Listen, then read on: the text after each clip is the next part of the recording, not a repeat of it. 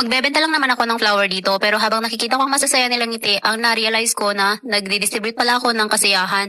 At ang kasiyahan nilang ito ang naging rason kung bakit gustong-gusto ko rin itong ginagawa ko. Ordinaryong araw nga lang ito ng aking pagtitinda at sa gabi, hindi ko talaga ina-expect. Natouch talaga ako sa kanila. 2 beses ako napakyawan na ito. Ang bait talaga ni Lord. Thank you, Lord. Kahit marami naman akong pagkukulang at mga kamalian, di niya pa rin ako pinababayaan. Binibless niya pa rin ako. Etong nakaka-touch, binayaran na nga ng boyfriend niya ang bulaklak para sa kanya pero at the end, kinuha niya yung bulaklak at saka binalik ulit sa akin para lang ibenta ko ulit dahil gusto niyang matulungan din ako. Pero di mo may kawan mo.